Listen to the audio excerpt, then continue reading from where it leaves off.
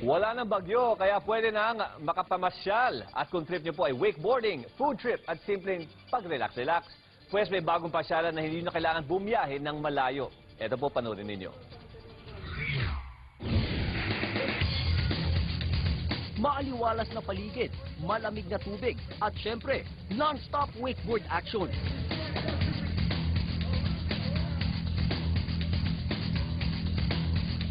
Kung inaakala nyo sa Camp Sur ang eksenang ito, abay nagkakamali kayo dahil wala pang 2 oras. Mararating na ang Republic Wake Park dito sa Nuvali sa Santa Rosa, Laguna. Hindi lang puro sports dahil bukod sa food trip, pwede rin mag-relax habang ine-enjoy ang tanawin sa lawa. Kung di ka naman marunong mag-wakeboard at balak mo palang matuto, walang problema. Ang equipment ay yung gagamitin. Kasama na sa entrance fee na yung babayaran. At meron din beginner's lake kung saan may mga local wakeboarders na magtuturo sa'yo for free. Kasama sa mga nag-enjoy sa lugar, ang 14-year-old wakeboard champ na si Daniel Grant.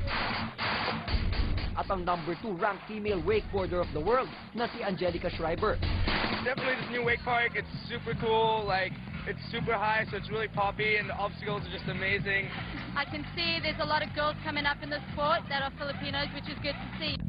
Sa 900 pesos na entrance fee, buwan tusawa ka na makakapag-wakeboard sa maghapon.